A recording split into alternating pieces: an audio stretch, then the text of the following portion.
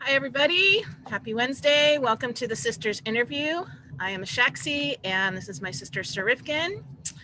And tonight, our illustrious guest is Sir Fiach Ulfredson, Lion of Ontier, who has been a model for both interview. Sorry about that. Whoops. That was my fault. Ooh, hearing my own voice is horrible. It is horrible. Not your voice, just hearing your own voice. Yes. Yeah, thanks for that. Anyway, hi Fiach, welcome. Oh, thank you. Thanks. Good to be here. Long-time listener. First time. So you know the deal. What is your SCA origin story? It's funny because the running joke was that as an Irishman amongst Vikings, I was raised by a kindly she-Viking named Helga. And it was kind of the Tarzan origin story. And then there's the SCA origin story and all of that. I don't think I've ever heard the Tarzan origin story. I don't understand that. Explain. It's the old animated Tarzan where they kept using the same tree and river on every motion. Well, in his origin, he was raised by a kindly she-ape. Okay. I can't remember the ape's name, but anyway, with Steingrim and the bunch, the whole thing was the Irish prince, and then no, chain of slavery around my neck or anything. But SCA origin, played a lot of D&D with a lot of friends over the years. And as we had changed groups, one of the folks that we were playing with was Mira Silverlock of Kencho. Yeah, one of my favorite people. Yeah. Yeah. And he told us about the SCA, and it's like we had already been huge into, we were in high school drama. We were into any kind of reason to dress up. We were big into Rocky Horror and all of these, dress up event things. And when the SCA came about, we were like, oh, we're going to go crazy. We're going to do this, So I got my mom to help me make a tunic. It was an old fleece blanket that was kind of off-white. And I was going for that Matthew Broderick Lady Hawk kind of hooded tunic look. Nice. That was one of my costumes at the first. And then the other one obviously was the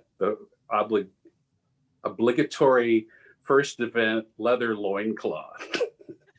Ooh, I missed the loincloth days. Yeah. That was. I don't think you sent me any pictures of that either. No, I don't think there are. So yeah, it was just D&D friends that went to our first event together, and we thought it was the most amazing thing ever. Did any of them stick around with you? I mean, Mira, to the length that she was active. No one else really stayed that long. I mean, they popped in. I had one of my friends pop in at 30 year because it was just what the occurrence was of the event. And, but no, that was just kind of like I had kept on with the SCA and we kind of went different directions after a while. But to me, the first event I was at was Eagles, and Torgal was on the throne with Aaron. And Monty DePaul, is that his name at the time? Arthur? Eric. He had won that Eagles tourney. So I think that was 85, 86. Good times. Yeah. So you're like pretty much just out of high school, right? At that point, yeah, I graduated in 81, so it was many years after high school, but not so many. I think I just turned 21. So, that's important. Yeah, it was cool seeing the costuming and just the back then you had like the Dun Cow Inn, and it was before it really grew bigger into where they actually housed people, but it was like a tavern with food, and they give beers to people as a gesture at night for friends and such. You just had to buy food. So it was the place to party, and all the singing and all of that just blew my mind. It was like, this is the best thing ever. And it was that code of honor and such of meeting all these really cool people. Initial thought was, wow, geeky, really geeky crowd, but I dug that. That's my kind of crowd. They're your people. They are. It's interesting. The Dunkow Inn was such a big fixture. Yeah. Like before really Rifkin and I got into the SDA, and you're the first person that's talked about it in any of our interviews. No, it was amazing. You had Curtis and Robert McFlandry and Caressa, and you had oh God, I'm awful with names and my memory's shot nowadays, but Kendra was pretty active back then. So you had those guys singing. And then were they kind of who you modeled a lot of your singing on later? Oh, yeah. I'm Duncan's backup singer for life. That is my place in this world. People think I want to just go sing by myself, and no, I want to sing with that guy. So that's where my comfort level is, in the back, kind of harmonizing with people.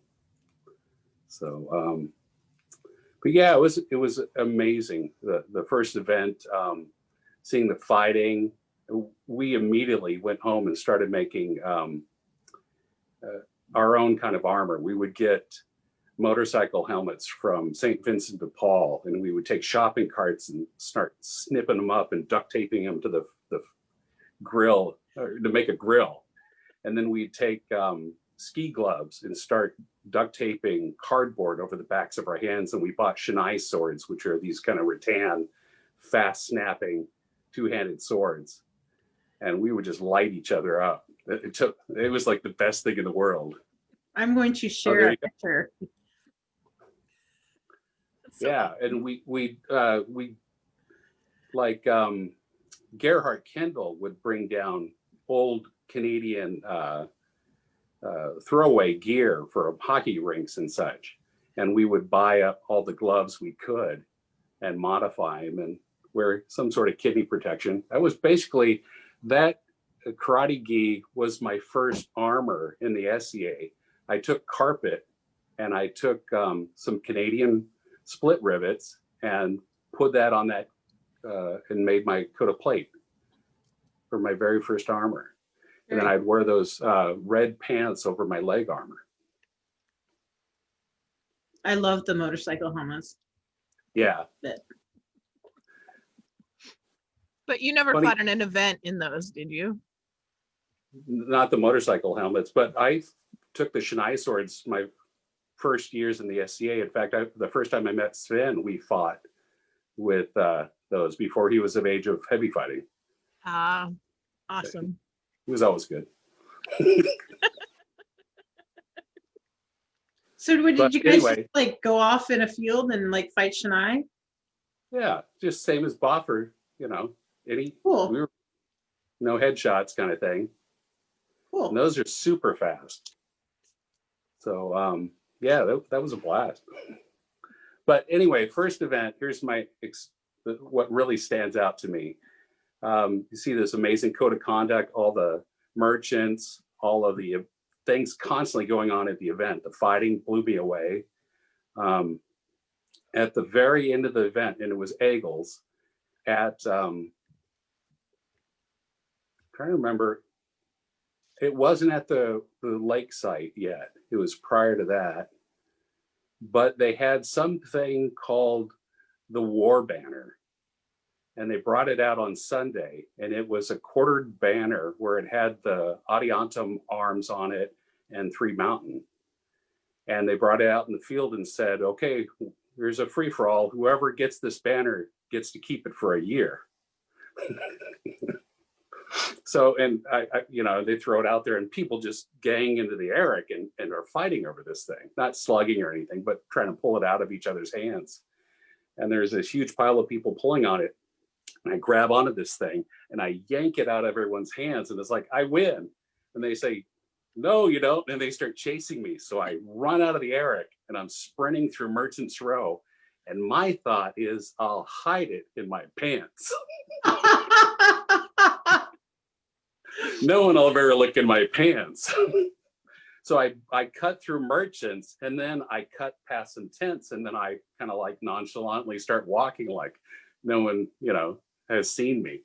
And then I round this corner, and then there's like 50 people chasing after me. So I'm running from these people and get chased down into a field. And it was a guy named Syrian who tackled me. And people better know him now as Finnegan Skeggyson. And so I get tackled, I'm held down, people are going, where's the banner? Truchin from Adiantum wearing a bunny fur bikini is the one that reaches into my pants and pulls out this banner. So I have all the bad stories. Oh, that's a great story. What are you talking about? That's like my first event, and I'm thinking this is the greatest thing in the world. And then we're all I got bunny fur bikini babes reaching in my pants. Yeah, exactly. We're all fighting over this thing, and some idiot jumps into the pile wearing chainmail. And then we immediately learn what the term hold is. And everyone freezes. And then we start again. And then some jerk has a dagger come out, and I'm rolling back and forth over the ground on this dagger hold. And the guy gets the dagger out of there, and it's just like, this is the most dangerous game. I want to play it every weekend. I love how you just like went in there and went for the banner at your first event. No, it's just like everyone's fighting on this. All I need is my leg strength and just a good, and I thought I won. I was so like, yeah. So who ended up with it was Pavel, who was Ludwiga's son. And he was part of Rising Moon, I think, back then. And I can't remember his buddy, but those guys got it. And Pavel ran into sticker bushes and no one wanted to chase him. I don't think the sticker bush is as good as putting it in your pants, personally. No. Yeah. Kate is asking, didn't they drop Bulverick into the center of the scrum and she pulled it out triumphant?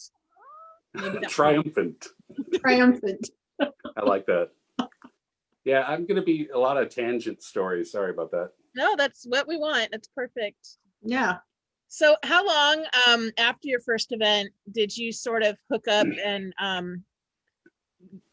with some sort of mentorship in the SCA, or did you just kind of come back by yourself and go for it?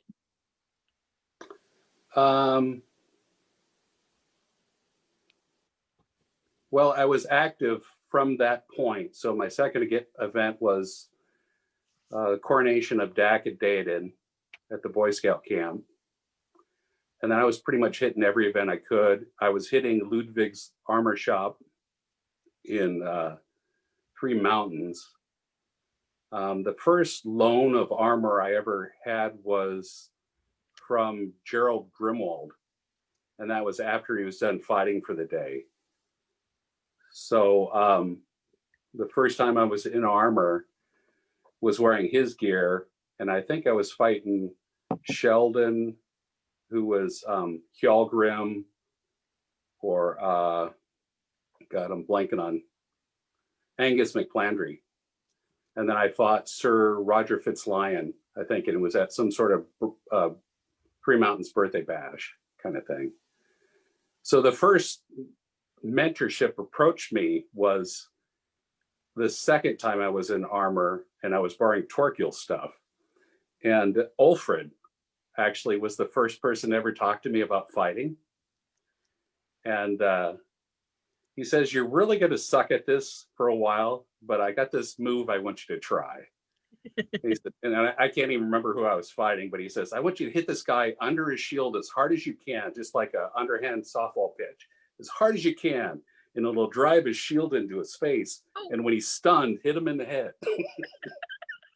So I did that. I put everything I had into just crank it into the bottom of this guy's shield, and bam, it hits him in the head and bonk right in the head. It's like, I like this game. I mean, I think he's honed his training craft since then, but that was pretty much my first experience with any kind of mentorship. But for the first couple of years, it was getting my gear together and borrowing gear after people had finished fighting. The slimiest gear borrowed was Black Hands, because he had a terry cloth gamison, and I'd get that after he was done fighting, and it was just this slimy. I was so happy to fight though, but it was super slimy to put that thing on each time. So Deodan was sort of your first queen. Erin was the first Erin queen. was. Yeah, seeing the date, and I had such a great time period of coming in, because it's like I'm seeing Torgal and Erin, and then Dak and Deodan, and then it was Arthur and Melissa, and it was just this groups of people that are just, you know, pinnacles in our game, I guess, at that time. Montford was one of the mentorships I had early on, because within the first year, I put my helmet that I made at Ludwig's in an armoring competition and won a pattern from Joffrey D. Rene. So then I went over to Montford's, and then I worked on making this articulated arm. So, Wow. yeah. So how did you fall in with like the Varangians? Like, you know, a lot of people come in and they end up stingy for a while, but you seem to like have dropped into this. Yeah. What had happened was Ludwiga was trying. I look at squires and those relationships with knights as like dating. Are they into me? What do you think? Do you think they like me? I like them. So it's really awkward. And at the time, Ludwiga was trying to pair me with Corwin of Kencho. And Corwin, I think, went to the same comic book shop as I had. And I had hung out with Ludwiga and Manfred, and we did a lot of events, Three Mount stuff like Creekstriver, things like that. So I'd already got a feel for that crowd and such. And we were doing an event, a Magna Carta demo just outside of Portland in Swan Island. And Ulfred had come up to me, had said, well, have you ever considered training under anyone? And then I said, well, Ludwiga told me that I'm going to be working with Corwin. And then I met Dak. He was like, well, my father's not good enough for you. That's so Dak. Yeah, that's kind of, anyway, I thought that was going to happen with Corwin, but a friend of mine at the time said that he thinks of you as like a dumb blonde, just nothing upstairs. Oh. And I said, fuck that. So then I talked more with Ulfred, and luckily enough, he considered taking me on as a student. So did Dak's commentary sort of put that together? It made me, I didn't know enough about households and what I know now kind of thing. And I wish people knew more as they join the society that, you know, you gain family and friends, but when you attach your name to anyone, you gain their fame or lose your fame by their deeds. And you really have to know how you're hooking up with people, I guess. I don't know how to explain that any better. It's just something that people need to kind of get an idea of. And I didn't have really an interest to be another blue tunic of Corwin's household.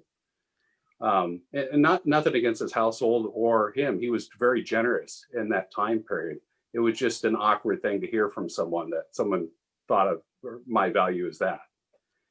And I don't think but- I've ever heard someone call you a dumb blonde ever. yeah, it was like, he's pretty, but Aw. so I think I'm sorry, that, you kind of threw me off in the question.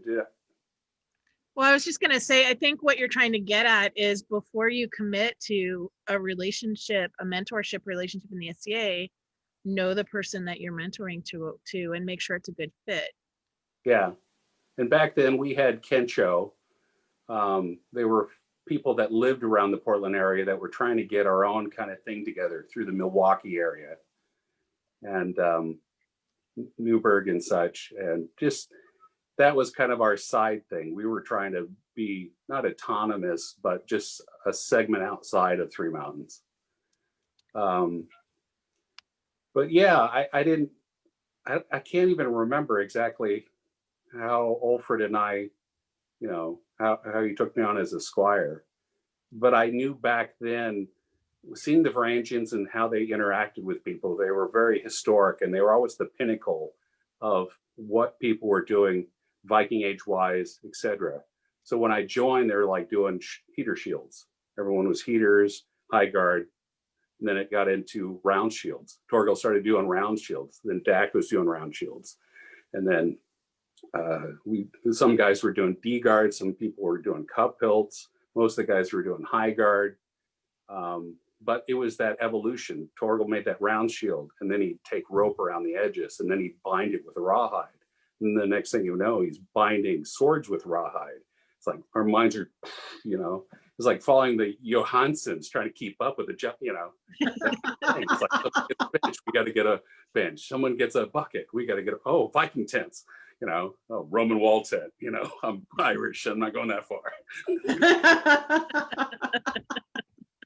But it wasn't like we were inspired to try to have these period looking camps and don't have anything modern showing. And I think that was kind of like how I got into the Varangians and such. That really struck me as this is the place to be. I was so fortunate.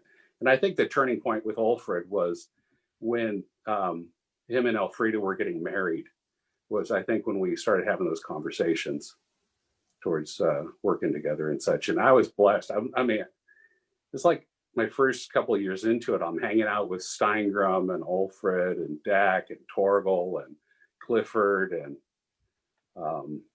just, it was a phenomenal time period. So Dublin O'Gwyn and Kate, and it was a huge household, and we were like a pack. We'd go places and camp together all the time, and you had to hit this bar of looking period to camp with them. So You like a challenge like that. yeah, and I loved that I could open up the flaps of my tent and people could look in and go, ooh, that looks pretty comfortable, And I think every one of us at some point has taken the pride in certain things that we've acquired or strive to create for ourselves in the atmosphere and such. It's like a home. Yeah. Well, and it's really one of the reasons that Viking Age has sort of stayed the culture in Ontario, is because they did such a good job of leading by example and inspiring people and having nice things and making people feel like they could reach that too, and not feeling like overwhelmed that you could never do what they're doing. Yeah. At least that's what I think.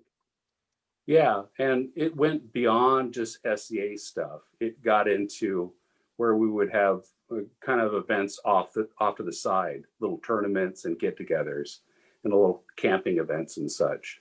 Yeah, it built a really good community. Yeah. It's a community, yeah. Yeah. Alfred says, Fiach and I were both attending 3M practice regularly, and he liked your enthusiasm and was happy to work with you. He has a thing for blondes. Oh, That's awesome. That's good, Rifkin. Yeah. We're gonna look at your family photo later, and I think there are a lot of blondes in that photo, actually. So that's kind of funny, actually. Anyway, oh, Sorry, Alfred. moving on. Yeah. So part of that, doing our own thing was Dak, and he would host annual tournaments for the Varangians, and part of that was poetry. And he would have us compose a poem to be able to compete. So he had all these, thuggish Viking fighters trying to scribble together some complex rhymes to a specific they called it drop beat. And they're trying to do this rhyme chime poetry style. So it was phenomenal watching how everyone put an effort forward, and not just because they wanted to compete, but they wanted to show that they had a talent to be like, not a skald, but to be historic in that fashion. So Is that how you sort of fell in love with voice heraldry? yes, most of it was payback for Antonio speaking for me at 30 year, because I wanted to pay that forward to others. Well, you have. I mean, we'll get to that eventually, but Yeah. But in that time, it was Dak. And in fact, Antonio's always been talented, mind you, but it was Dak initiated all of that. Sven, all of these folks were crafting stuff to enter these tournaments. Attias put together a book of it at one point. So it's got a bunch of these old poems by like Groa, Torgel, Sven, just all of us had put things together. It's an amazing piece. So that would be super cool to see. Yeah, that should come out at some point. Hey, Attias, bring that out. Well, I've got a copy. You have a copy? Yeah. Oh, now I like my brain's like, ooh, what can I do with that? Hold on just a second. Let me pause. Oh, what did he do? I don't know. I think he's gonna go get it, but he didn't want us to see him go get it. Why don't we share pictures of Fiach while we're waiting for Fiach to come back? This is a first for us. Yes. All right. Oh, There he is. Never mind. I'm not gonna share. Oh, there it is. Listen, gathered helm trees. Very cool. Are you gonna recite one? Sure. Oh, Attias is like, no. So read Attias's. No, I'm going to read Torgel. You're saucy tonight. I am. Sorry. Sorry, Fiach. Grips Torgel, the gold hilt, graven serpent circle, strongly welded steel edge, stroking marks the dark kinks. Battle serpent bites deep, burst the flood from blood brook. Hungry ravens have meat, clock tightly sight dims. I like it. Whose is that? Yeah, that's Torgel. Oh, that's Torgel's. Cool. Yeah. So you would write the poem about yourself because that was about No, it's any kind of drop beat. You okay. put stuff together. I put one together for Ulfred, and I think Sven wrote one about me at one point. I put one about too. William Bjornsson. Went in and took my rune stave and started just carving on it, and didn't ask me or anything. He just said, "This is a great stick," and just starts carving on it. So I actually wrote a piece of drop beat kind of cursing him. I can't remember it, but it was awesome. But just the fact that Attias put this together, and you think of all these guys that were coming up. Tiernan's in here, Steercar. I don't know if we have Steercar in here, but he was a participant in that. Ulfred wrote some. And they both have continued to write Oh yeah, yeah, period style poetry. yeah. So I think that that's super cool. I never knew what the origin of that was, and I appreciate you sharing that with us. No, it was Dak. Dak was he was the foundation for Viking poetry really in our kingdom. He was the guy that inspired so many people to just put something together to participate. And then everyone just kind of took off from that point. And we talk about word fame and that mastery of that. You had Antonio that was premier in it. Steercar, Tiernan, Ornsbjorn, Asa wrote some of the stuff for like the modifications for the knighting poem, things like that. So there was a lot of talented people that were built on the backs of a lot of that inspiration. Yeah. Really cool. Should we look at the pictures anyway? I think we should. Yeah. Look at Okay. Okay, let's look at some of the older pictures. Bracing myself. Back Oh, when I what? Yes. all right, is that up?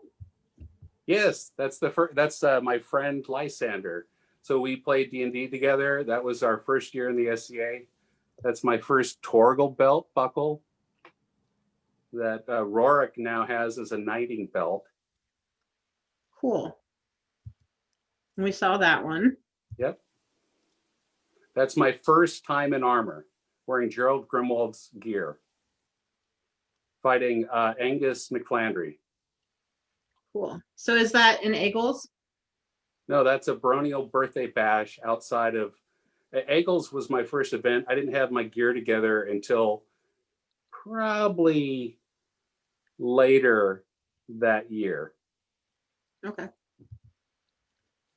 That's me getting into Gerald stuff. That's the Matthew Broderick styled Lady Hawk hooded tunic that I was wearing under the armor gear. Very I cool. was so exhausted putting the armor on.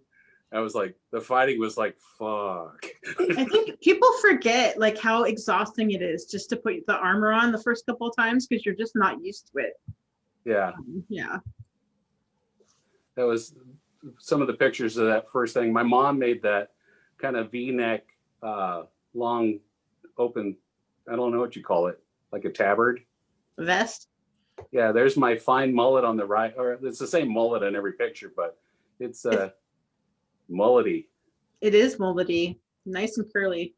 Oh, I love those guys. Those were my inspirations.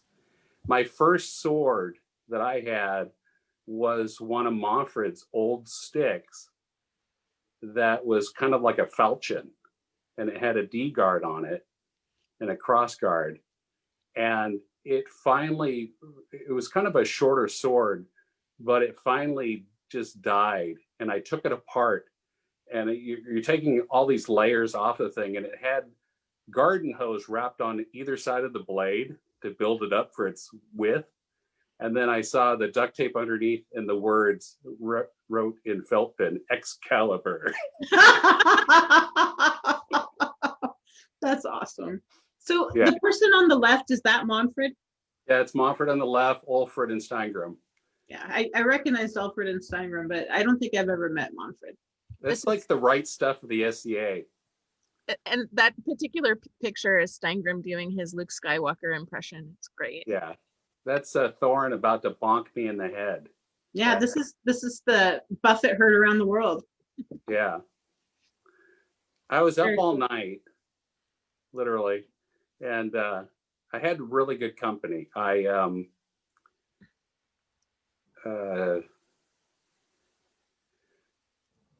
was doing my vigil, and it wasn't planned to happen. I didn't even know it was going to happen until the event I'm offered. And then the Varangian camp, they did a vigil, and Colgrim had brought beer and said, "Hey, we'll just do it for your vigil." And he put the beer out on the back of my tent, and everyone walking through my tent was basically a beer line where I was doing the vigil, kind of like sitting there as people are walking by to get a beer. Over the years, up to this point, I gained a lot of friends all over the place. And I love this picture because it just, you got King Alden on the left, you got Dak, Benjamin, and then it looks like Jesse. yeah, you got Skepti, but it looks like oh God. I'm just blanking on names here. We got Ethelred in the front. Yeah. It was just all of these people. And it was just so humbling to have that happen. But the night of my vigil, Brian Bellatrix came by. He was one of King Alden's men at arms, or was attendants. And he's like, oh, we didn't get a chance to fight this event. And I said, well, you want to fight now? And he said, yeah, as long as it's okay with His Majesty. And his king released him, and he ran back and got his gear, and I put my gear on. So we fought under torchlight the night of my vigil. It was just surreal. I mean, there's nothing more medieval than that moment where you're under torchlight and you're fighting a good friend, and then you're watching Torgal try to set him on fire with his torch during the fight. He just keeps tipping his torch down at him. Torgal and fire. I've heard stories. Yeah, but it was Skeg and Brian and Charles Skolsmither, who was a friend of mine that was a shoemaker, and Uther. They all stayed up the whole night of my vigil. And Charles Skolsmither helped me make a pair of shoes because I wanted to be knighted in new shoes. And I worked on them and he worked on them, and that was pretty cool. Did you know that you wanted to be a knight? Like, was that part of squiring to Alfred, or was that more about learning to fight? It was more about learning to fight. I wanted to be competitive as a fighter. I didn't have, if I had the want to be a knight, it was a false want, because all of my peers were knights or dukes. And I'm not talking about my peer on the fighting level. It was the people that were my family and friends. And we'd have these conversations traveling. It's like guys that weren't knighted, we'd talk about, oh, Fiach, you're the next guy, you're the next guy. And then they'd get knighted, then we stopped having those conversations. And so it was just that kind of, there was an expectation that you're going to be a knight, which I think is a weird thing on some people, and it really tears at their psyche a bit, especially when they have all their friends, go, oh, you're a knight. Out of our group, you're the guy that's going to get knighted. And I think it hurts them more than anything. Did you feel that pressure? I felt it in some ways, and I knew I was being watched. Beric, Ravensfury, when he was king, had me fight Avalok. And I knew at the time, if the king wants you to fight someone, it's specifically because someone has a question about your skill level. And I did pretty good against Avalok, but I didn't kill him. And it wasn't that I didn't have the opportunity to. I had him up top and I was right in on him. And rather than do the killing shot, I just shield bumped him and his weapon away, say, come on, let's keep going. But it was there. It was like I was right on him. And it wasn't like the opportunity wasn't there. I was just having too much fun. So I think I got knighted at the perfect time, where I was a little down on whether I would ever be knighted. I think it was 96 when I was knighted, and I started in 86, 85, somewhere around there. So, and I'd already heard those conversations so long. But I was a conversation with Dayton where we were talking, and she says, hey, if you're never, are you happy with your life if you're never knighted? And I said, I got the best things in the world, the friends and family and just what I'm doing and having a blast. And I think that was it, that snap, that turning point where I was recognized soon after that. So it's weird because knighthood, peerage in general, is such a weird weight. And it's like people treat it like it's a you know, I've done all of these merits. Why don't I have the badge? You know, my application for this is, you know, I'm the most qualified. Why didn't I get the job? My resume is solid. Yeah, but Yeah. the reality is that not everyone's going to hit that pinnacle where everyone considers you to be that talent or you to be that mature in being the next leader or the trainer of people or the teacher or the whatever the peerage is. And it's those people, I think, that not so much persevere, but they continue on doing excellent things that may never be recognized to any peerage. Those people I have more respect for than some of the people that are created peers, because a lot of times it is a bit of a who you know situation, because some people just aren't that far or that exposed because of either where they live or just how they conduct their life, you know. Yeah, there's a lot of subjective factors in, Yeah. in any peerage, except for royal peerage. Yeah. It's very clear. Yeah, but I think it's interesting because people get very jaded when you say, oh, you have to let go, you know, you don't have, if you don't want it, it'll come. But there's a lot of truth in that. I think striving to be worthy of recognition is a great thing, but you have to, in your soul, love what you're doing and have it be joyful. Otherwise, you, even if you do get your peerage, you're gonna feel empty, right? Yeah. Yeah. I've seen people hit the bar, get acknowledged, and then disappear. And it's like, well, I met that goal. And I get it if you have family or you have, you know, reality set in. And I get it if people are burned out at that point. There are some people that it took so freaking long and so pain to get their peerage that they lost it afterwards. They couldn't sustain participating, or it always had a weird taste for them. So, Did you get any like legacy regalia when you were knighted? I mean, getting knighted at 30th year must have been pretty cool. yeah, it was really awesome. I mean, it was, like I said, humbling. It was, how, for regalia, I got Ulfred's chain, which was one of the old lamp chain style. Cool. I was gifted a fighting chain by Brian of Bellatrix that he made.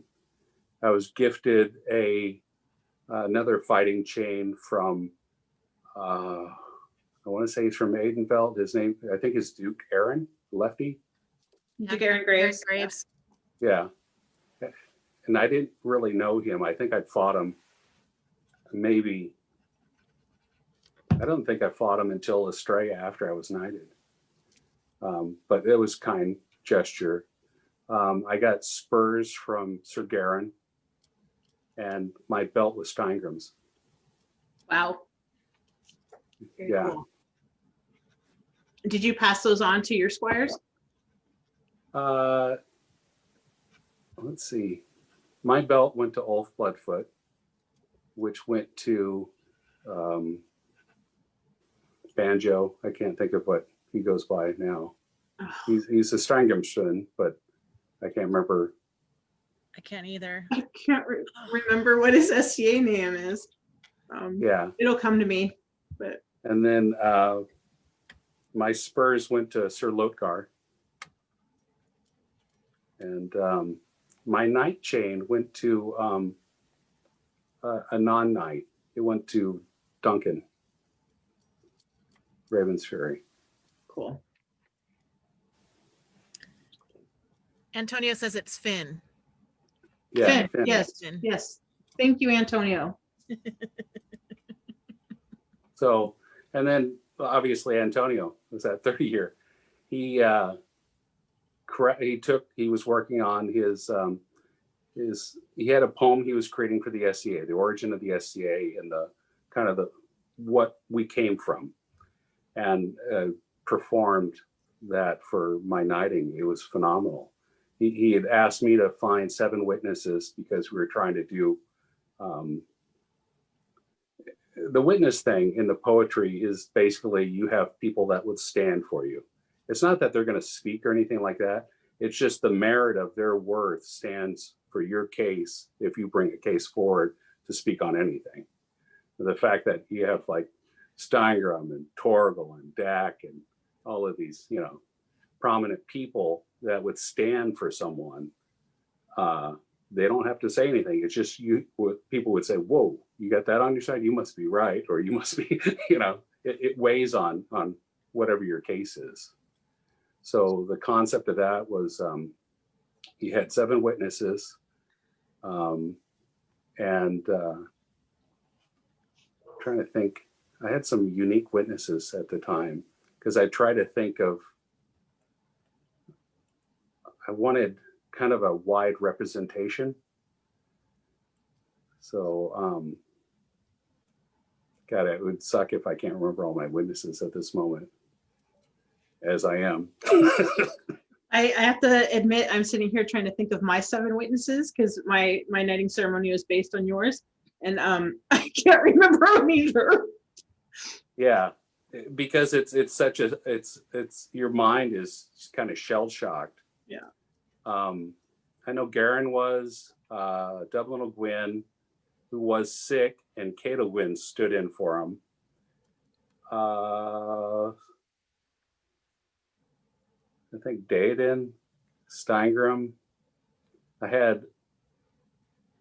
There was a Caidian knight that was kind of new in the area, Duke Avery. So he was one of the witnesses. And then James Greyhelm was one of my witnesses. Heavy hitters. Yeah, there's a strategy to everything. And it's weird if you think about it, but that's the medieval way. And I think that's kind of that appeal of the Varangians and such, the learning the poetry, the trying to get things together, even not taking the term squire. I went by Ulfred's man because it sounded odd saying squire, and it didn't seem like the period thing to do as a student or to be part of someone's household, or, you know, and my squires in turn would be Fiach's men, you know. So even taking on the Feirdre rather than knight, or other titles, getting rid of certain titles. So I always wanted to appeal to what seemed historically appropriate. I kind of tangent a lot, sorry about that. But it was like, we sat in a Knights Council years ago, and Gerhard Kendall had said, to be a knight, you have to know how to play chess, and you have to know how to dance in the courtly graces. And I said, no, you don't. You need to be whatever your history is, or your culture, and support your liege lord in that factor, be it poetry or wrestling or whatever matches your persona. And people had to expand past that Arthurian thing and allow people to be historic in their cultures, Scythian cultures. You know, women should, if you want to sit in council, you got to wear a fake beard, you know? I'm doing that. I'm sneaking in. But it's that point. It's like we would tease Tyus, hey, are you drunk on your mare's milk yet? I mean, we would learn things. I swear, the basis of knowledge for me isn't that I'm really an intellectual guy. It's just so I can cut a joke on it, you know? Funny. That was the whole point. So you could sing Scythian Man. Scythian man, yeah. Should we look at some more pictures? I think we should. Okay. Sure.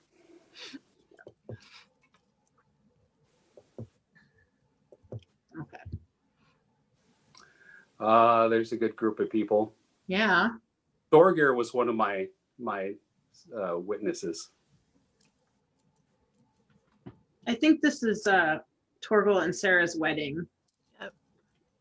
Is it? Yeah. Yeah, it looks like it. 99. Yeah, Torfin and Dack and Finnegan in the middle. I can't remember the guy with the mustache next to him. Isn't that Rosenchance's kid? Yep. Yeah. Yeah, their older kid.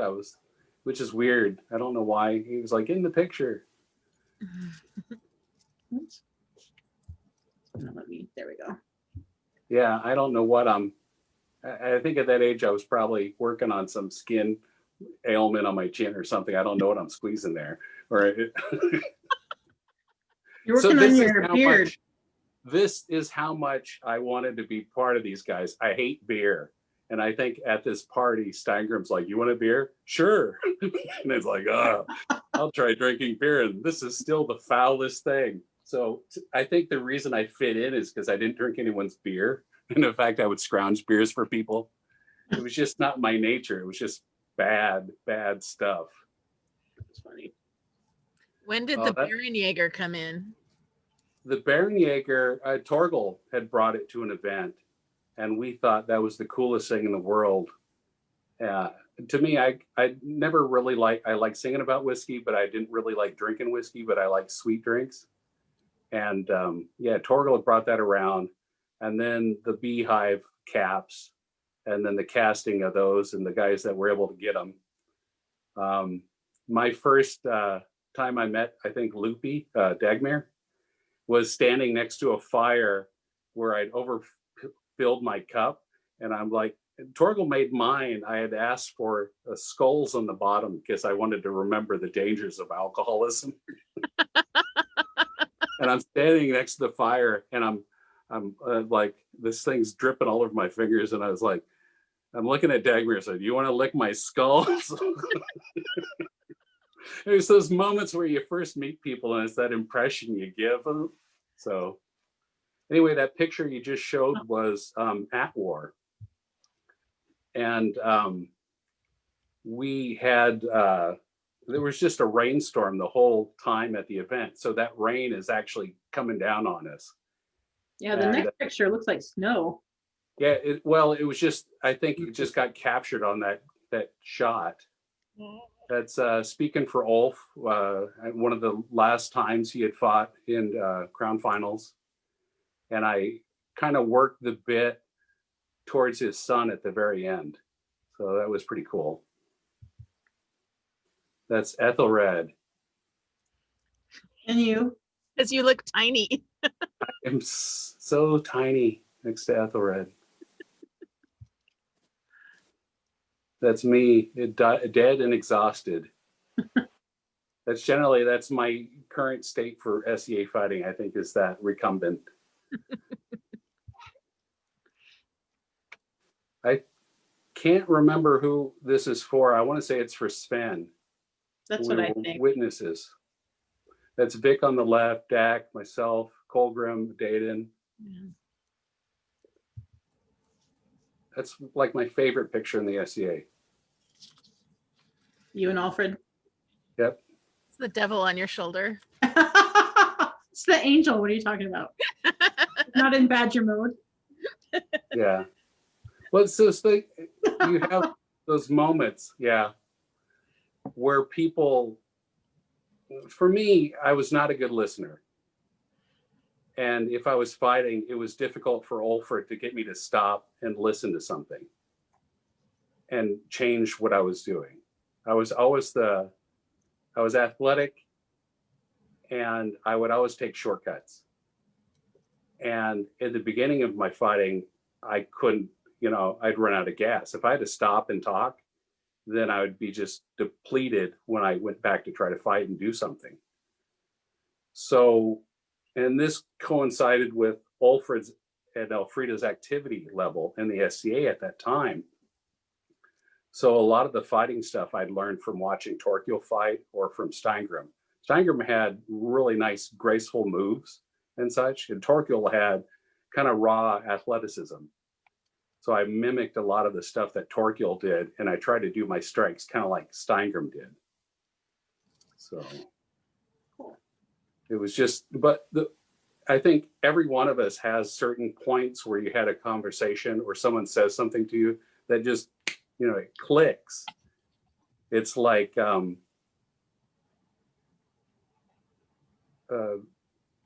one point, Dak had said to me, "You're fast. You're really fast, and if you train, you could be really good." but you have to pay attention to what people are doing to you, because one of the guys I had trouble fighting was Torfin, because Torfin would wind back with these long arch swings. And as soon as he did that, I knew he was going to just cripple me every time he hit. So my body would flinch up like this and lock, and then I'd be stuck in one place, and then he'd just goon me.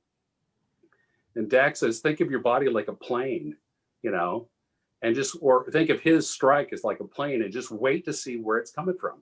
Is it coming from the left? If it's coming from the right, is it coming underneath? And then be ready and block it. And as soon as I started doing this, like, oh, this is like playing catch. I can see where the shot's coming from. All I do is just wait for it, catch it, and snap. So it was that Dak saying that to me, just clink, unlock that, Yeah. So anyway, sorry, I digress. No, it's okay. I'll go back to the picture. Okay. Yeah, just being goofy. I think my key element, my participation in the SCA, is just to entertain people. I'm really a bit of a freeloader. I avoided service. Ludwika was like, I told her at one point, the reason I love being around you and all of that, but I avoided you early on in the SCA because I know you put me to work. So I'm going to call your bluff a little bit on avoiding service, because you did serve as Baron of Madrona. Yeah. And that's huge. Yes, it was huge. And it was humbling also as well, because I always consider myself as like a tourist. I show up at events, I participate in the things I'm interested with. I'll sing with friends late into the night. I'll run around, I'll work, I'll speak at court, or I'll do something, whatever's, fun to do. But I would just kind of show up. I wasn't the person working, doing the gate, making the event happen. I was just kind of like fluff. I was like, decoration. Loud into the night singing decoration. That's funny. And that's us. Yes. That's, I think, at one of the Ma El Ring feasts. Yep. In a coat I made. Yes. The beautiful coat. And that's me. It was like at Estrella. This is vintage Fiach. Yeah. But that's actually, I made that cloak for when I was made Baron. I made my tunic and my cloak and my pants. I think going back to when I said you have a certain intent on what persona you're going to be and such, when Avalok was making Anne Marie and I Baron and Baroness, we didn't want to wear cornets because we didn't think it would be historically appropriate for anyone of that level, like a landed Baron and Baroness, to wear any kind of circlet. So we chose to have signet rings made, and that kind of matched each of our personas. And it goes, it's all about, I don't know if you want to call it the SCA, the branding of trying to be a certain, Did people understand what you were doing? Some did. I think over the years, I probably didn't have a lot of squires because I had heard people say Fiach doesn't take squires. And I think it was just a misinterpretation of, he doesn't call squires. That's funny. But I actually heard that from someone, he doesn't take squires. And it's like, I didn't know that. Is this your lion? Yeah, it's a painful recognition. And it's, like I said, I'm entertainment and such like that. I don't think of myself in that fashion. Because I think of, go ahead. Sorry? No, go ahead. Well, I just think of those people that are the pinnacles of our group and that have made this kingdom so much stronger through their service and just their being with us. And that to me just, There is There is a magic of forming community through the unity of singing and through that entertainment that you have provided for forever. And that if there's not somebody there to sing and to be that, jester or whatever, the gathering isn't as vigorous and the bonds aren't formed as strongly. And I think it's a huge service. I miss you around the fire. I've missed that a lot. Last year at Sport of Kings was really awesome to have you out and about, and it was like getting the SCA back. So don't undersell yourself. And you've carried on the I'm going to say torch, but that's probably not the right word I want, of the poetry and the ceremony in the period style. And it's so cool to like go through how many people have taken what Antonio did for you, and you have helped them, morph it for them. And like, we're all sort of related by this ceremony that we've all used. It's kind of cool. No, he that was just beyond. I don't know how to ever pay that one back. So, I love how happy Torfin looks for you in this picture. Yeah. Yes. There we go. That's probably someone's peerage ceremony, yeah? It was Alfred being recognized for something. Yeah. It's a whole series. It was like, yeah. Were you going to say something? No, it was an introduction for Alfred, but I can't remember what it was. It wasn't his Pelican. It was at one of the coronations. Laurel?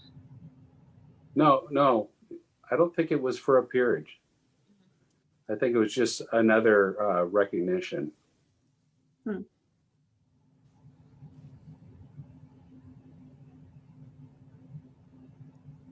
Yeah, I can't remember that one. Elfrida says it's his pal. Was it? Okay. Another Hello, one. Elfrida. I put all your voice heraldry things together so we can. Yeah. That one, those always feel good. Matthias was basically a fully formed knight. He hadn't been knighted yet, and that's kind of when I took over as his mentor. But going back to that, he was Baron at the time and didn't think it would be right to be in fealty to another when he had people in fealty to him. So I became his patron. It's those little adjustments, that I think, and it goes back really to Lau. She taught a persona development class when I was early on in the SCA. And she said, if you want to be a culture or someone from a time period, think of what you would have had. Think of what meals you would have had. Think of what kind of possessions you would have. How would you have dressed? Where are you in relationship to whoever is the leader of your people? And I always kind of thought of that kind of stuff. And for myself, I wanted to be Irish, and I just kind of matched the calendar, as in, like, now it's 2020. What would it be? 1020, and I just followed the calendar with whatever, I was doing. That's funny. I love Daden. Magic.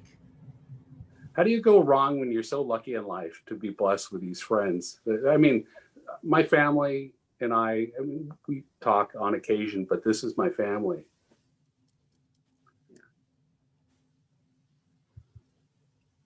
That's Rourke. Yeah. And have you had two non-squires knighted, like Fiach's men knighted, Matthias and Rorik, or is there another one? Yeah, those are the two. That's Talon becoming my squire, and later um,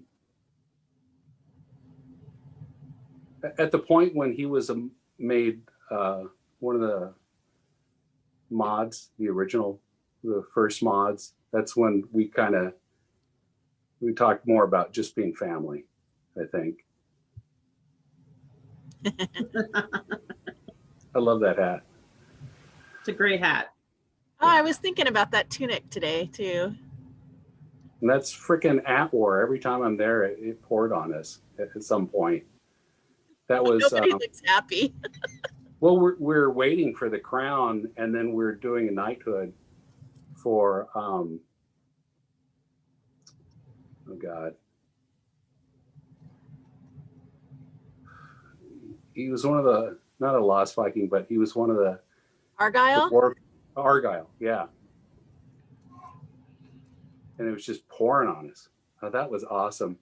That's young Kettle off on the right, who is a Cedric Squire, and he's fighting for Bridget for the day in the Squires tournament. And he went to announce her. And I'm like, I step onto the field and say, really? Let me give you an example. And I start just going off and speaking on Bridget's behalf, just throwing word fame out there. And then it's like, what do you think, Cedric? And then he comes out and just starts roaring. And Kettle's like, oh, fuck. But it's that point of, it's that, let's be crazy. Let's do things just to make people go, wow. There's a good place to be. You have your belated rose on too. Yes. Very humbling. That's one of the best awards. And it's not, it's like, wow, that is so kind. Here's you as Baron, right? What? This is a picture of you as Baron. Yes. Yeah, that's Anne-Marie and I did it was a, how do you say? It was crazy seeing how much service people put into making events happen. It just blew my mind on all of the effort to make everything occur for all the event, every aspect of it. And I knew that people had worked to make events happen, and I thought certain people like doing certain things, but to watch the mechanics of it all, it was just like, wow. Yeah. It's like, it's Enzio, one of my favorite people to talk with. When I was Baron, was one of the people that I could just get really sound advice from. So, And he's I've been lucky with that. I like surrounding myself with smart people. It's smart. Aww. That's wee Jack. So cute. And Brandy never takes me seriously, no matter what I say. Smart woman. Here we go. Here's the family. The family.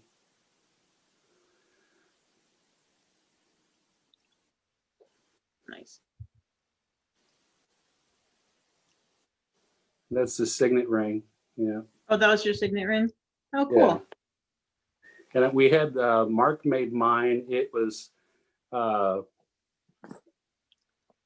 it basically translated to saying Patricios, Knight of 30 Years.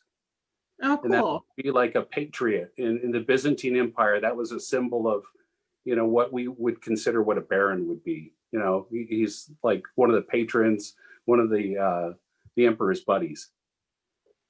And then on the sides of the ring, it had little letters on it in a pattern that was like Fiach Kakul, Feirdre Ulfredson.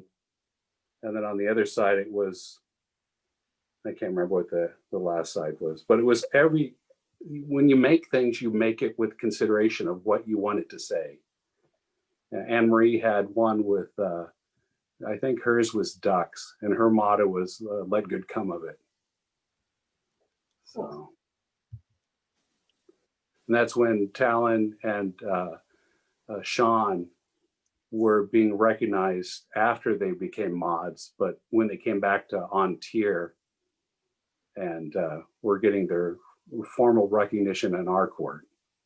And I passed on that signet ring to Talon right there. And I spoke on Sean's behalf. Very cool. And I'm a giant. And that's kneeling before Miranda. Oh, that is Miranda. Yep. It's a close up. Yep. And I don't know where that came from, but Did I say that? That's how I felt sometimes. So, Is that a potato? yes, a kitten hugging a potato. yeah, I don't know what else I sent, so maybe you should stop sharing pictures. No, that's the last one. I numbered them. And I was just like, I'm just gonna leave this one in because it's funny. But, It's the best picture ever. So here's the So tell me- Torgal story. yeah, go for it. Start telling your story. So the blade was made by Blackhand, and Torgal did this anthropomorphic grip on it. And it was the first one, I think, in the same mold that other people had. I think Garen had one made, and I think there was one made for a dagger for someone. But I was pretty blessed to have Torgal work on it and craft the whole metal scabbard on it. So it's these things we kind of gain over time through generosity of people and just, supporting our crafts, our artists. Here's a da da da da da da. You still have that. Da da da da da. Of course I have this. You made me thought some it phenomenal disappeared. things. I don't know if it can. Whatever it was formed with was Generous. Generous. That's a good word. Kelly, Thorfinn tells a great story about me making that hat. And I was down in the West and I was sitting there with Dagmar and he starts telling this story about Fiach's hat and about how it was made. And he had no idea that I was the maker.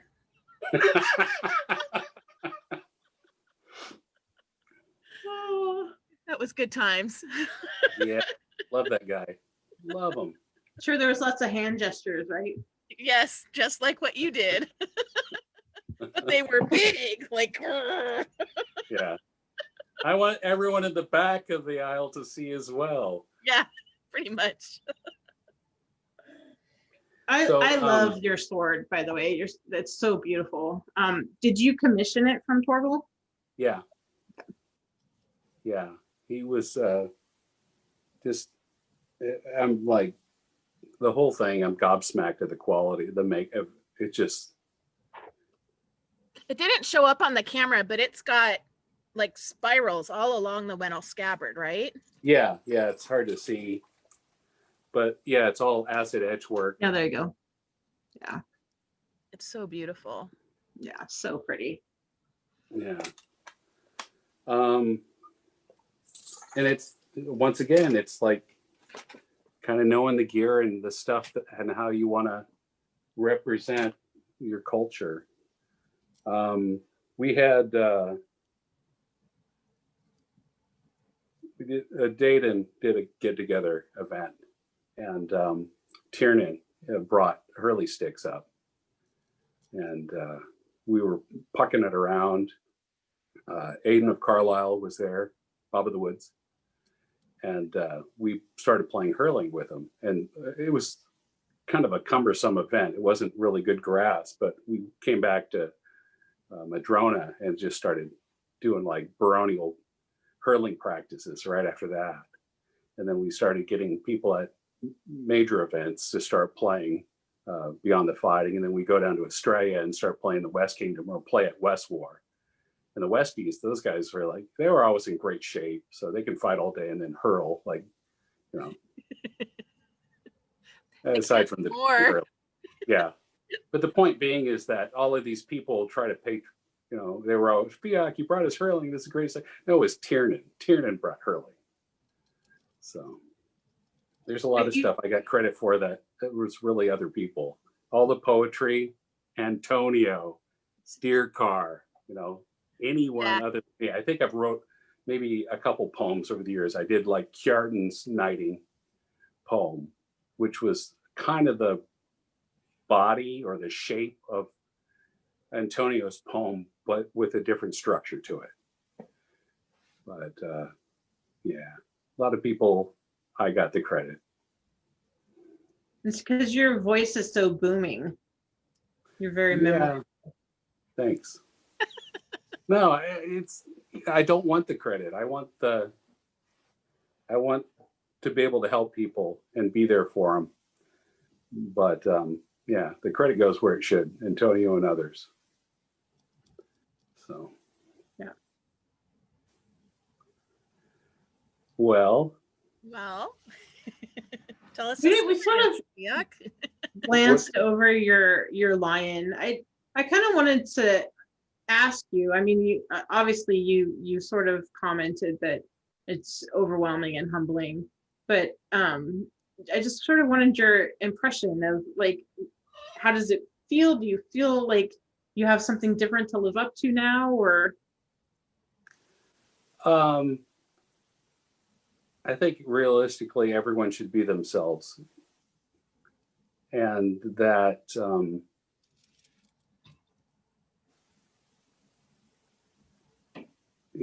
just there's nothing to live up to. It's like wow, you know, I'm not okay. Thanks. I don't feel worthy of this, and that's kind of where my mind always wants to stay related to that, because I think of these. You know, Montfort, I think of Ludwiga, I think of all these people that have put so much service in. So yeah, it's a weird thing to be recognized as. When I started, they didn't have lion. Ludwiga brought that in. Court baron and court baroness were not as prevalent in Antir. And those were like the lions that I remember, you know, when people were being recognized for that, because it was like, ooh, they're making a court baron or a court baroness. That was the thing that stood out so differently. And then that became a lot more commonplace for people to get court recognitions like that. And it was, when the lion, you just think of that list of those lions. I don't know. I don't want to, it's just hard to put my head on it. So I appreciate it and the recognition, and it just doesn't settle. I think it's kind of cool that Alfred's a lion and you're a lion and Matthias is now a lion. It's sort of the line. I think it's cool. Yeah. It's you can see that what we've been talking about all night about inspiring by doing and doing things in a period way, you know, snaked down through the line like that, and it has made an impact on the kingdom. Yeah. Cool. No, I mean, you look at all of the squires of Alfred, you know, and the fame that they've garnered for themselves. I mean, the actual squires that worked. Well, I'm married to his best squire, so. Yeah, you're married to his best squire ever. Who's also a blonde. But that was just hilarious, because it's like, Alfred, I have never been more proud of any squire that I am than you right now. And I'm like, he just looks over me like. You should tell the story, because. Oh, that was it. That was pretty much. That was the story. Okay. Yeah. It was very brief and interrupted it. But before you did that, the look on your face was like. Well, it was comic because I wanted to do. I mean, it was basically that was shtick. It's always shtick. Yep. It was good. Dublin O'Gwyn. He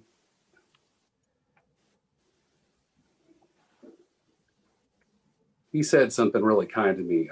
He had a get together. He knew he was going to die at some point, and he said, when I met you, I wanted to hang out with you because you want other people to have fun. That's all you're about."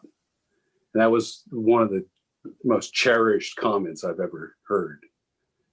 And that's kind of my thing. I want people to be successful in life and to strive and reach their dreams and be happy. And I'll do what I can to try to make other people happy. And I check my, not my respect, but I will be a clown for any moment to make other people have some fun. I don't, unlike other people, there's no staunchiness about me. There never will be, I freaking danced in a Rocky Horror Chorus line. So come on, really. And what did you wear when you did that? A gold lame underwear. Yes. Really? Where were those pictures? Yeah, they're not. It's funny. Steingram always says, "I remember you from Rocky." I don't know if you would, or you just impose that memory. But well, I'm sure you were memorable. That mullet and some gold lame underwear. Yeah, those were my people. When you win a free admittance to Clinton Street Theater for a year, that's pretty much your jive prior to being 21 in my group. Nice. Because it's free and it's lots of fun. Yeah, every Friday and Saturday night at midnight, that's where I was. So we've talked to some other people about how to bring back more singing and sort of frivolity at night at events. What's your viewpoint on that? Like, how do we facilitate that? Because it's been sort of lost. Yeah, it's like there's a post on Facebook by Ulf and missing people and the singing, Duncan and Daden and Wilfred and just all the people. And it's one of those things that it hurts in a bit, not having that camaraderie and not being there late at night with, Thor gear. And it's not like I've ever been a super heavy drinker, but I like singing all night long. And I would travel even when I'd stop fighting and such. I'd still make it down to West War and some of these. I was going to Estrella, not fighting, and I was just looking for those late night sings. And over time, some of those have faded, and it feels kind of a little hollow sometimes where you go and you're not seeing that. That was my kind of side of things. So luckily, we have a lot of folks in Madrona that like singing. So they've kind of helped support a lot of that. Guillaume and Anissa and that crowd love singing. So, but it's weird. It's like there's little heart pangs in there, And Alfred and I talked at one point, and there was a time when Alfred didn't enjoy singing as much, and he had said, "It just makes me sad." And you have to think about it, my window of time coming in and those guys singing, and he had his window of time of singing and not singing.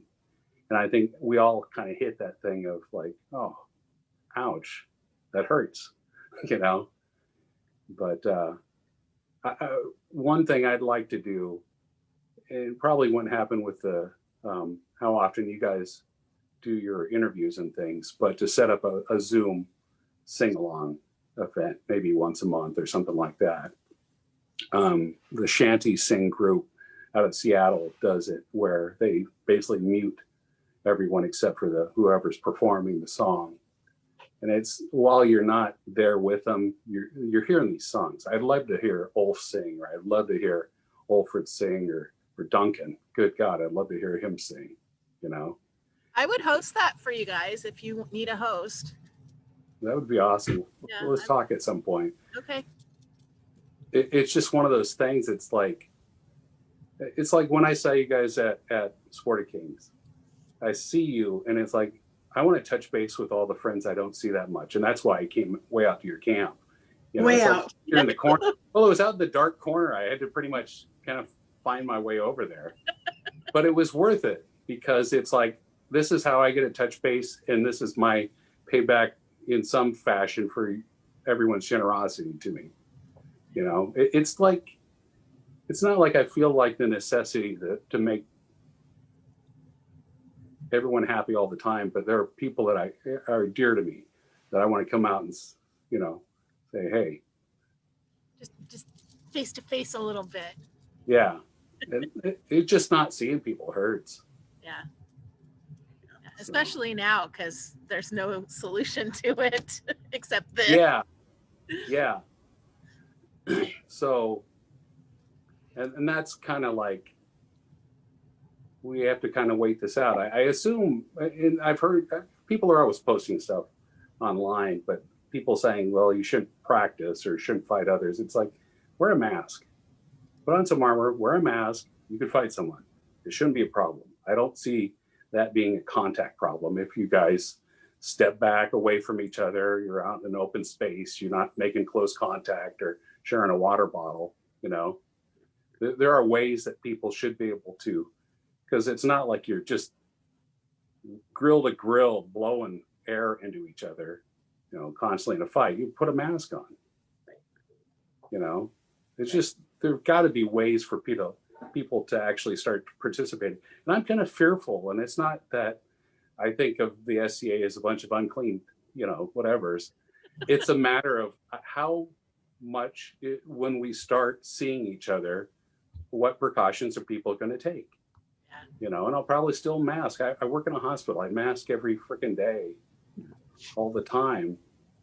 Yeah, I'm at ground zero. I mean, not like an actual healthcare giver treating a patient, but I'm going through that hospital, grabbing the equipment, working on the equipment. It's like, you know, I got that part of my stress already down. It's that when are we going to see each other, and do I trust other people and how they conduct themselves? When is it going to be safe? So yeah, it's a big question mark right now. Yeah. And wear a mask, please. Yeah. Well, is there anything that you wanted to talk about that we haven't hit yet? You know, there's something I've given a lot of thought to over time. It's kind of an evolution in the SCA culture. You know how you inspire someone to fight for you, or Rithkin, as you have people that inspire you to fight for them. The reasoning is to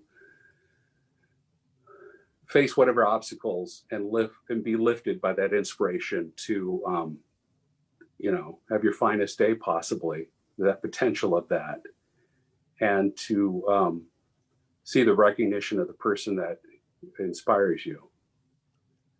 You know, that's huge. I mean, that's kind of what the SCA has been built on all these years. And one of the things I've been toying around in my mind with is the fact that at some point they've got to expand how we do royalty.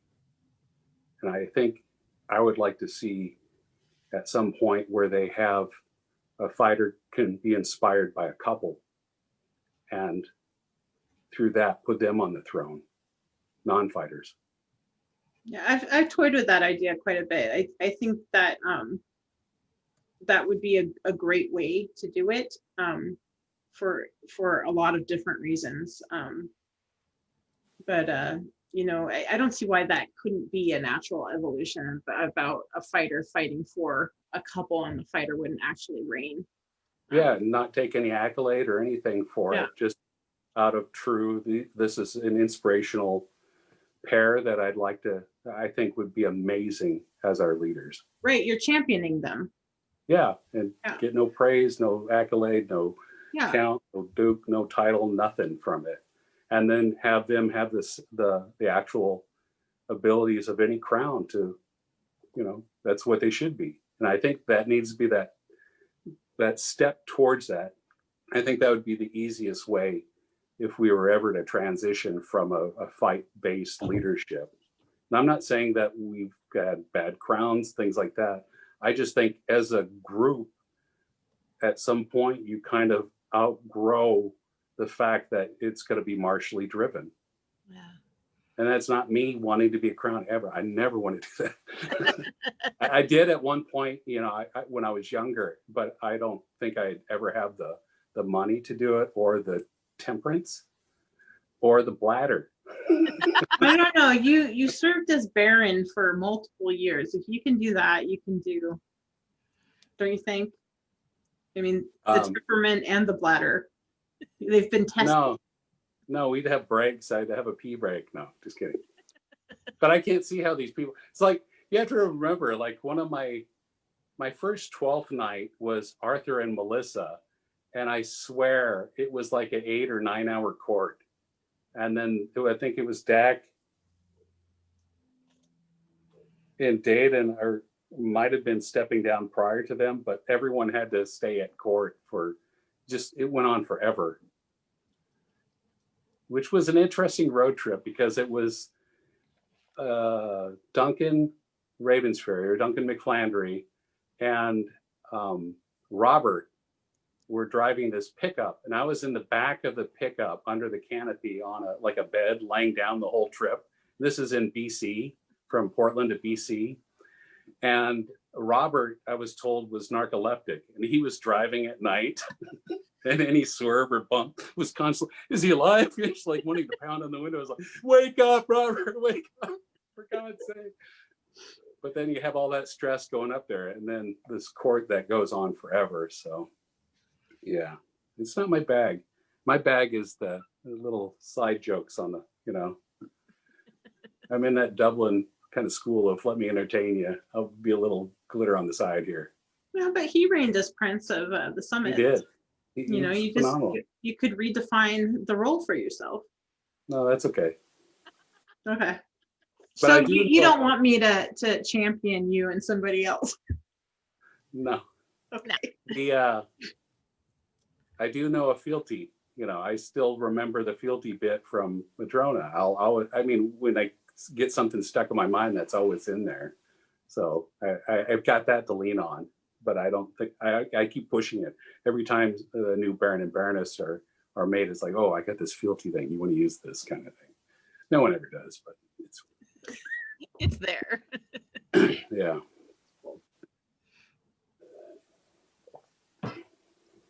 Well, I don't have any other questions. Do you, Shaxi? I do, but I'm blanking. That's okay. I'm just awed by your presence. No, it's such a weird week. So I'm a little knackered tonight myself. So that's why I'm all scattered all over the place. I wanted to tell you that you were the first fighter that ever fought for me. Really? Yeah, when we went down, and you didn't really fight for me. It was a Tournament of the Roses in the West. Okay. And we went down for Brian's knighting. Do you remember? Yeah. And I was sitting there with a bunch of ladies, and Dagmar came over to me and said, somebody came over to me, a fighter came over and presented me with a rose and said it was from the gentleman in the brown, and I'm like, who? I couldn't figure out what was happening. And Dagmar looks at me and she goes, it's Fiach, you dumbass. And I'm like, oh, okay, thanks. But it was the most awesome thing. So thank you for that. I love those rose tournaments for that reason. You can.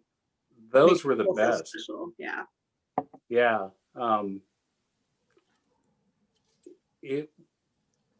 I think my first trip to the West, I'm trying to think. I think I either had just been knighted or was close to being knighted in one of my trips to the West Kingdom crowns. I think Venamine was king, and he said to me, I've already told this one guy he can't fight in our tournament, so I'm going to tell you you can as well. It's like, well, I wasn't planning on asking or wanting to ask. And he's like, no, but that's what we're going with, okay? And he says, but you can fight in this Tournament of the Roses. And it's like, I like that. That to me is a very classy tournament style. Yeah, I like it too.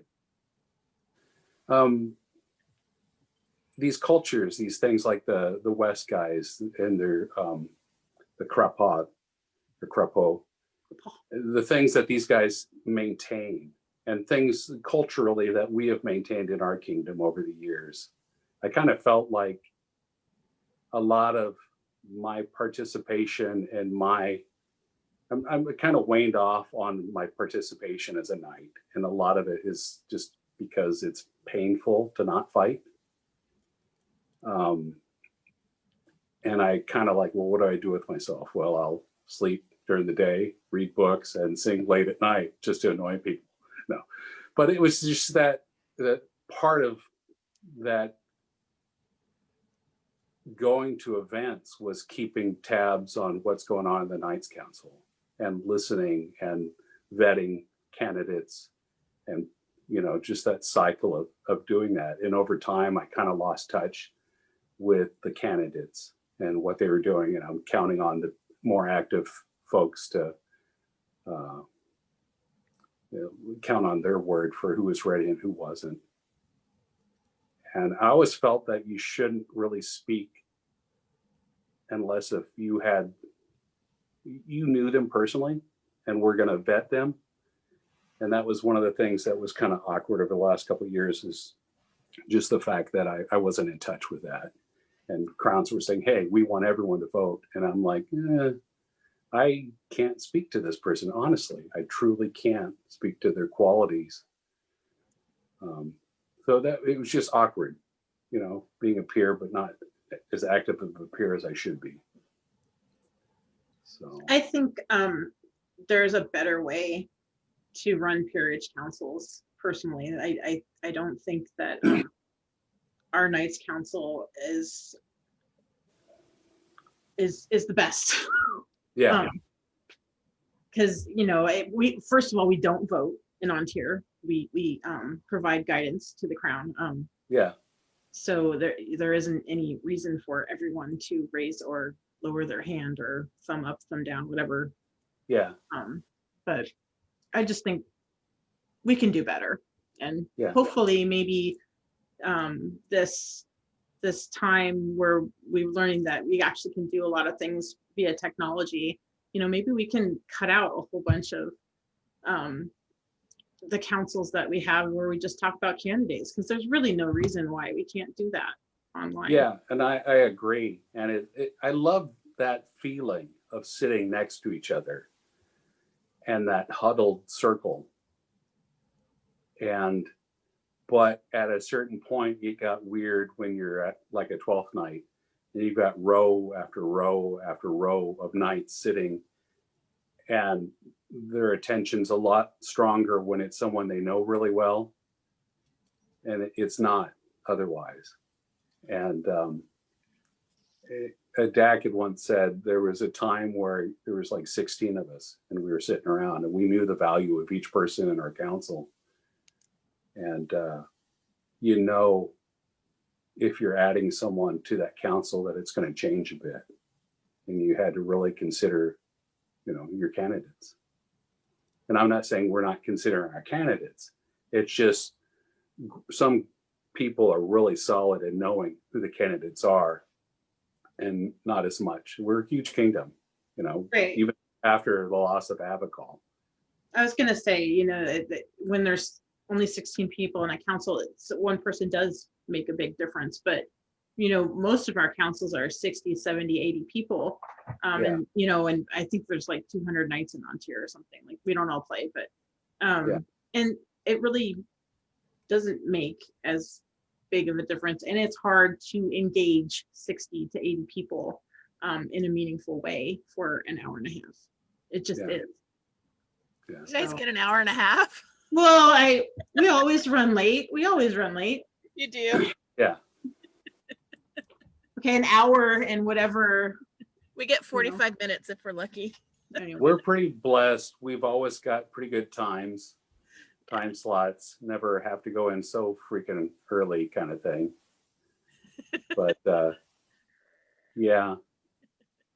Anyway, yeah, I think that, maybe we could rethink some things. And I'm not the secretary and I'm not reigning, so maybe getting the king or the queen's ear and saying, hey, why don't we use this downtime to think about making a more efficient and effective process, might be something that one or a group of us could do. And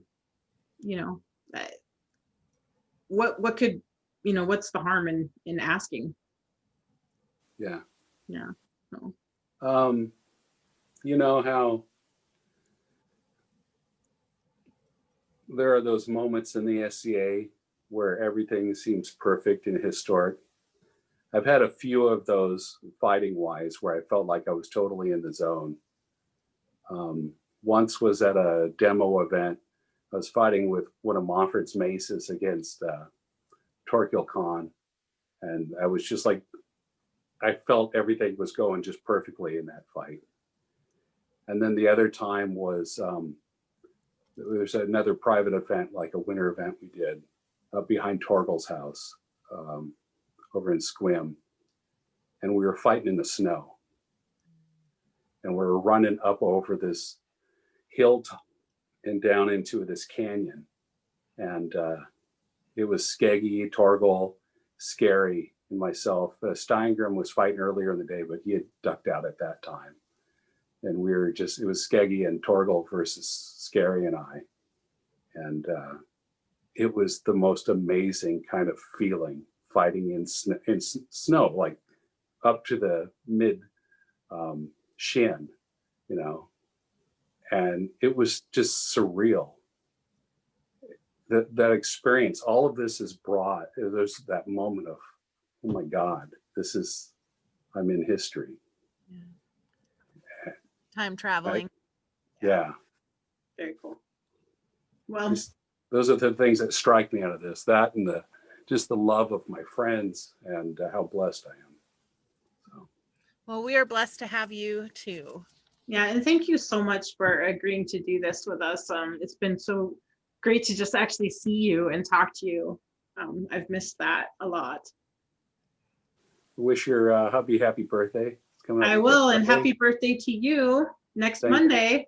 Yeah. And it's Crazy. Laurelyn's birthday today. I know. Happy birthday, Laurelyn. Laurelyn is the bomb. All these great people born in October. It was Inga's birthday a couple days ago. Yeah, Inga. October is the love month. Or February is the love month. Or no. Would that be right? Is that 9 months? No, January. Oh. Come on. Anyway. I've never been good at math. I'm just pretty. Yes, you are very pretty. Well, thank you everyone for joining us. Next week we're talking to, I don't know how to pronounce her name, Ulia Sempronia. Yep. I pronounced it right. Ulia Sempronia. So that should be fascinating. I don't know her very well, so it'll be really interesting just to get to know somebody that I don't know. And I've got Dungal from Aitenvelt Acer Armor person on Tuesday, so that'll be fun too. Yeah, and the Dukes I'm talking to this week, I'm talking to Michael O'Brien on Friday, who is a fantastic martial artist. And then I'm talking to the beautiful peacock himself, Duke Hansa, on Sunday. So tune in for that. It'll be more prettiness. More eye candy. Lots of eye candy. So, all right. Thanks, everyone. And we'll see you the next time. Thanks again, Fiach. Love you guys. Take care. Love you.